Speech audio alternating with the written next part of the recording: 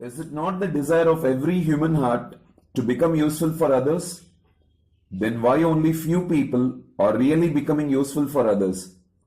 A man, in order to become useful for others, he must be problem ready, and he must have the courage and confidence to encounter any kind of problem he faces in life. But is everyone problem ready? With the fear of problems one has to encounter, he can never look into the problems of others or think of becoming helpful for others. Think, let's know what is a problem. Problem mostly is the consequence or a result of the wrong choices we make in life, like forming negative habits, postponing the things we ought to do, doing the things not knowing the reality, not facing risks, not encountering challenges. Then, why do we encounter problems? Problems reveal us the truths. Problems make us realize our potentials. Every problem is associated with pain. Pain makes us question and think, revealing us the reality. When we know why everything that is happening in life, when we know for what reason everything that is happening in life, then handling life is an interesting game to play. But the biggest challenge for most of us is that we do not know why and for what reason everything that is happening, leaving us in a puzzled state. We need to develop the mind of an explorer. Every time we encounter pain, we should question and think as to why we are feeling the pain. And the explorer in us should never die until the truth is found. Then life gets into our control and we welcome life with open arms and with all courage and confidence. When we know how to handle our life, then we can easily help others to handle their life. And becoming useful for others is celebration. To experience this, let's go through the life of Dr. Sanjeev Dev.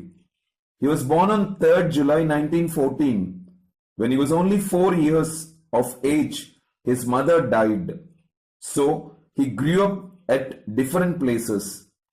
He had a strong curiosity to explore new things.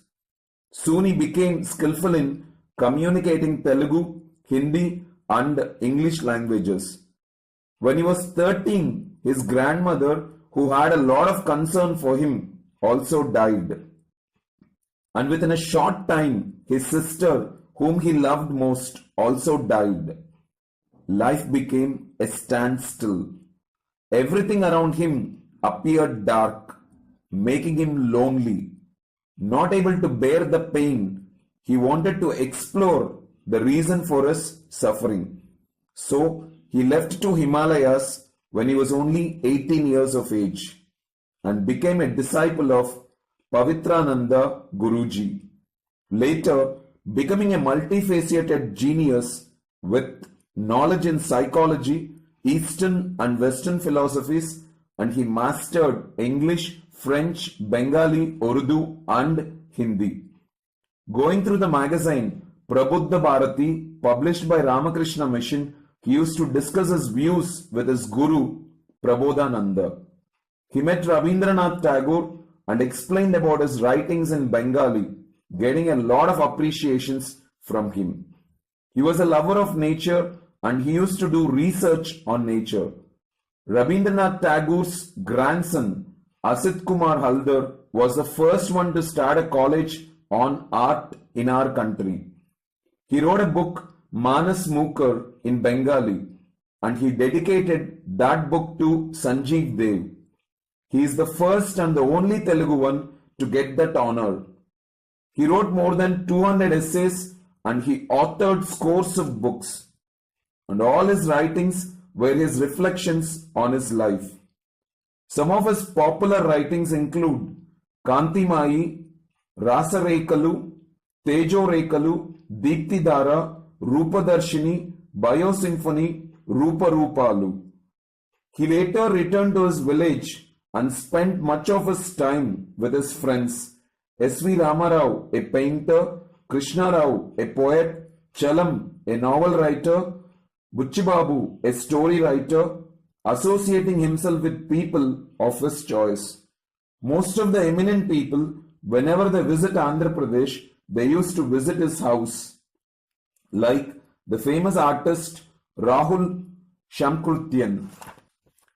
He was not only a great humanitarian, but also a great letter writer also.